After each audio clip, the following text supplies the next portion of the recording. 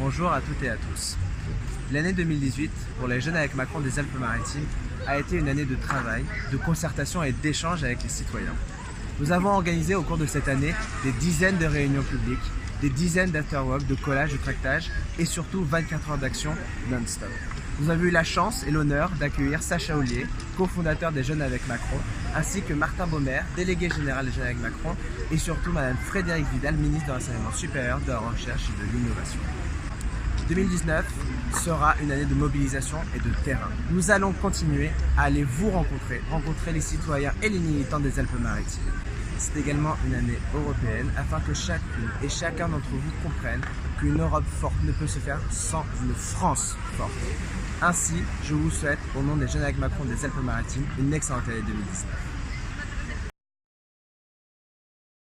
La loi Elan, c'est l'évolution du logement, de l'aménagement et du numérique, pour faciliter la construction et la rénovation du parc bâti.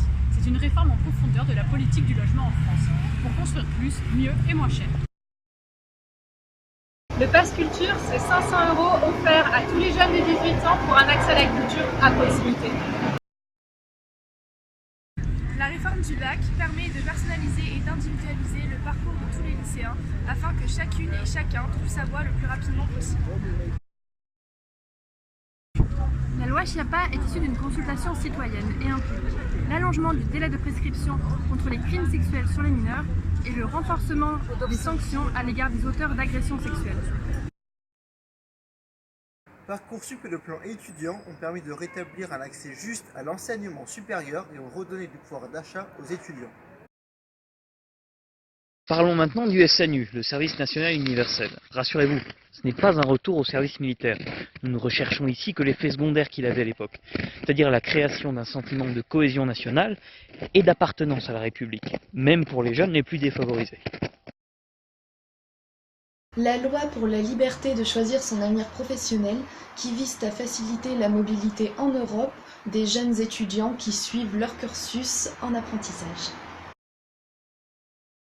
Le loto du patrimoine a été mis en place cette année pour rénover nos monuments historiques et faire perdurer notre devoir de mémoire. La réforme de la SNCF va permettre de remettre le service public ferroviaire sur de bons rails, notamment en investissant massivement sur les petites lignes pour garantir à tous un service public de qualité.